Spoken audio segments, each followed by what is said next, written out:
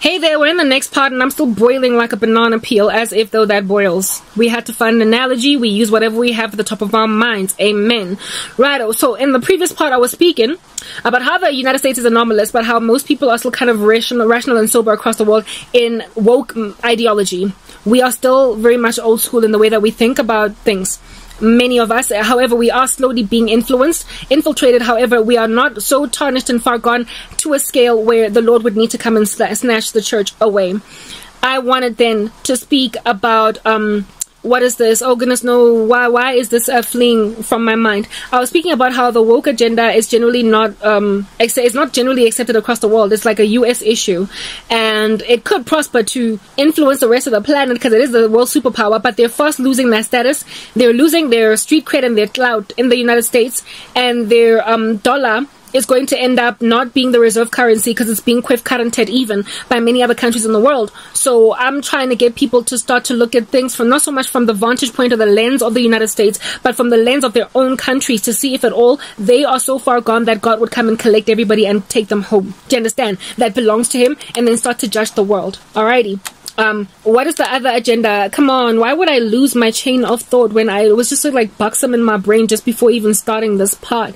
Another area of concern across the world that people are claiming the Lord is going to come and fetch us all because it's ransacking all societies. Yes, thank you very much, Bill Gates and his food. GMO food, this genetically modified stuff that might cause people to grow other ears.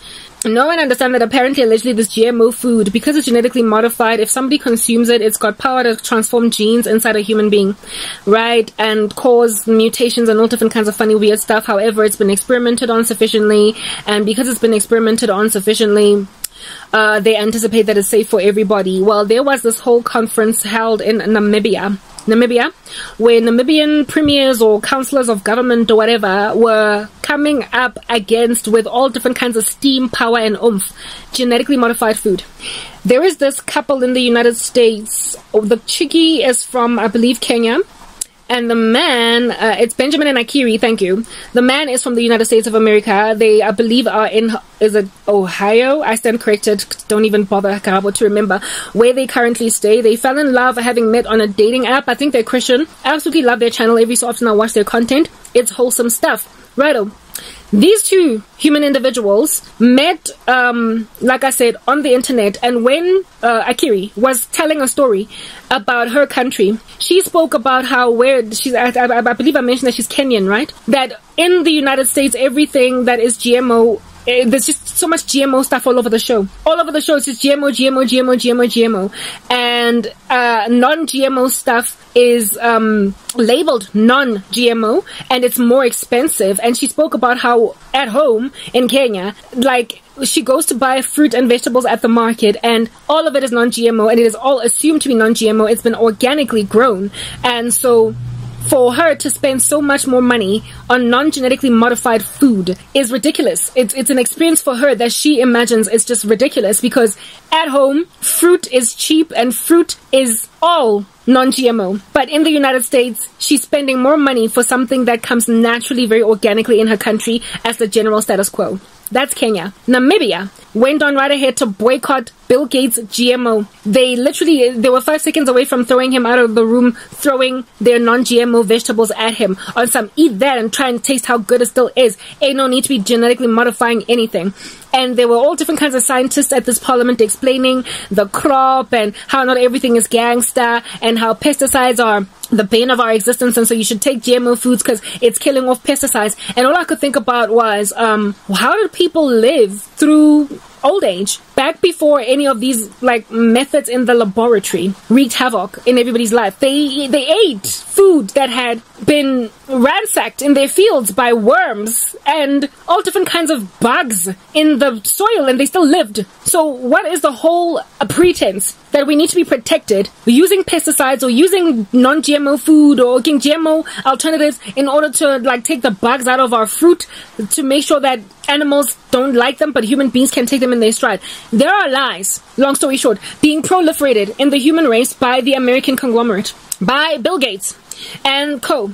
The Russell Brands is like always covering the food crisis issue with the GM, the technologization. He calls it a technologization of food, right? And he's always interviewing people from all other countries, but for the United States of America. There's a woman from India that he's always bringing in to like speak, a doctor, a scientist, that is always speaking about the bizarre technologization of food and how GMO is this and that, and how they're also trying to force farmers across the world to sell their lands that, like, I don't know, it might be owned by 1 or 2, 3, 5 global elites and what have you, right?